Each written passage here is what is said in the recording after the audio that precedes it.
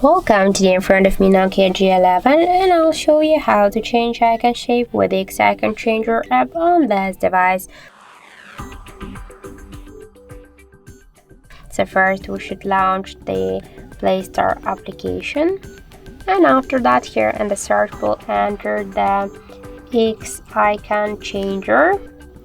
Now we should get this application, so tap to install and wait a couple of seconds while this application downloading and then installing on your device. After that we just should open the application, so click here to open.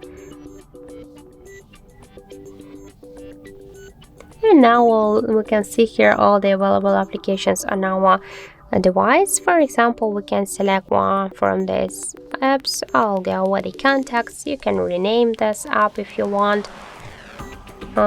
Also, we can just select one from these available icons, or you can use the photo from your device gallery, or just take a picture just in camera app right now.